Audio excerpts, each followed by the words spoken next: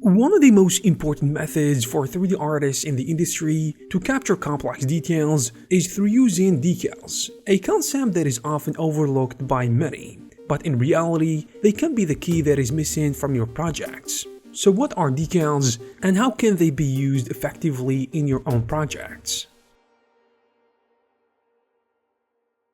To be honest, the concept of decals is one of those umbrella terms that can mean a lot of different things at once and even get confused with other similar concepts. But in general, going with the most common definition, decals are basically pre-made 2D images, usually with no background, which can simply be assigned on top of a 3D surface, often as a way to add details without modifying the underlying geometry. They are commonly used to represent things like signs, dirt, bullet holes, or other surface details, which makes them different from traditional textures, and they typically cover entire surfaces. Decals are like the stickers that sit on top of a 3D model to add details, and you can easily move them around, change their size, rotation, as well as opacity, blending mode, depth, and so on.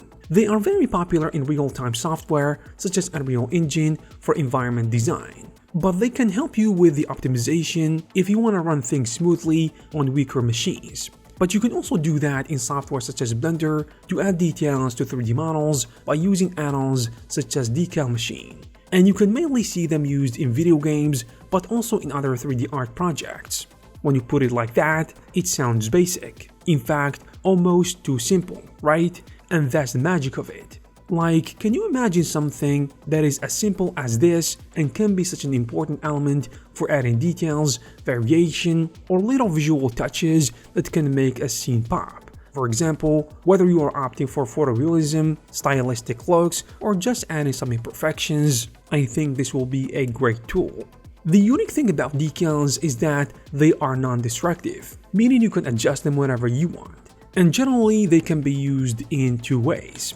As a start, in real-time applications such as video games or interactive environments. In this case, decals are often applied after the environment is built, because it will help you visualize your scene and allow you to identify the areas where you want to place them the most, in a way that improves the composition the best. I mean, think about it. Would you rather build the environment first or add decals to each asset separately? Well, I think the answer is clear. Decals can also be baked into textures, which is useful for pre-rendered scenes or when you need to optimize the performance. And baking them into textures means they become part of the texture map. And sometimes they can also be used on assets directly within a texturing software such as Substance Painter. You can do this to create characters, weapons, or some props, but ultimately it depends on your specific use case.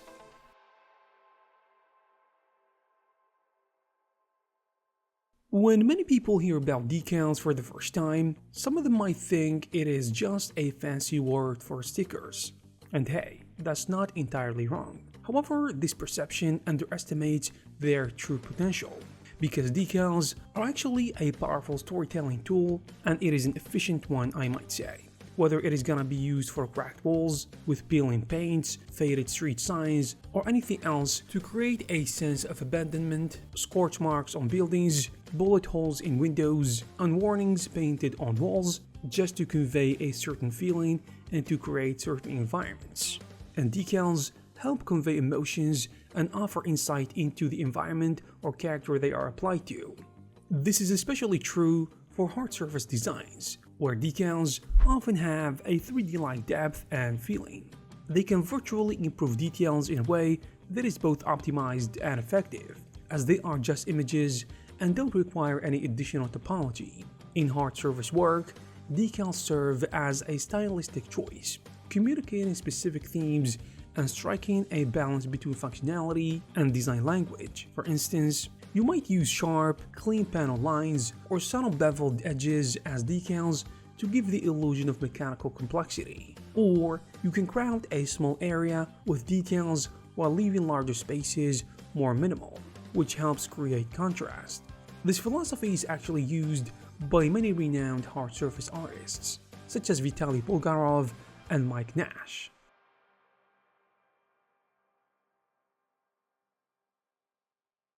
You see, using too many decals can overwhelm your work and make it feel chaotic, especially if it is crowded in small areas with decals without any clear purpose, which can create visual clutter and draw attention to too many things at once. While this might work in some scenarios, like making a worn industrial look for a vehicle or something like that, or to highlight detailed environments, this thing is crucial to remember because sometimes it will have the opposite effect. Besides, too many decals can make the design feel like you are trying too much. So whenever you are trying to use decals, always make sure they add meaning to the design or the narrative. And let me be clear, this can mean adding graffiti or dirt to a wall simply because it looks cool, for example.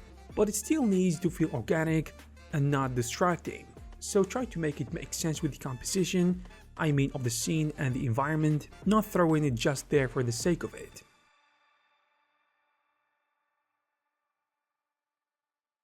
That said, there's no denying that decals are an incredible tool for adding details quickly.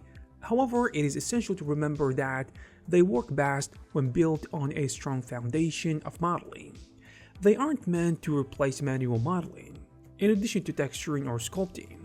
Rather, they complement it and serve as an addition, which in turn serves as a balance between quality and efficiency. Therefore, before adding any decals, you need to ensure that your 3D model or 3D environment is solid from a technical perspective, with clean topology and properly laid out UVs, or else they can appear stretched, misaligned, wrapped, or not working altogether, because decals are meant to improve the model and complement its structure rather than covering up flaws or distracting from its overall quality. And there you have it, guys. This was a quick video about the importance of decals and how to use them in certain projects. So if you like this video, please give it a thumbs up. Also, please subscribe to this channel to receive more videos like this. Thank you very much for watching, and I will see you in the next one.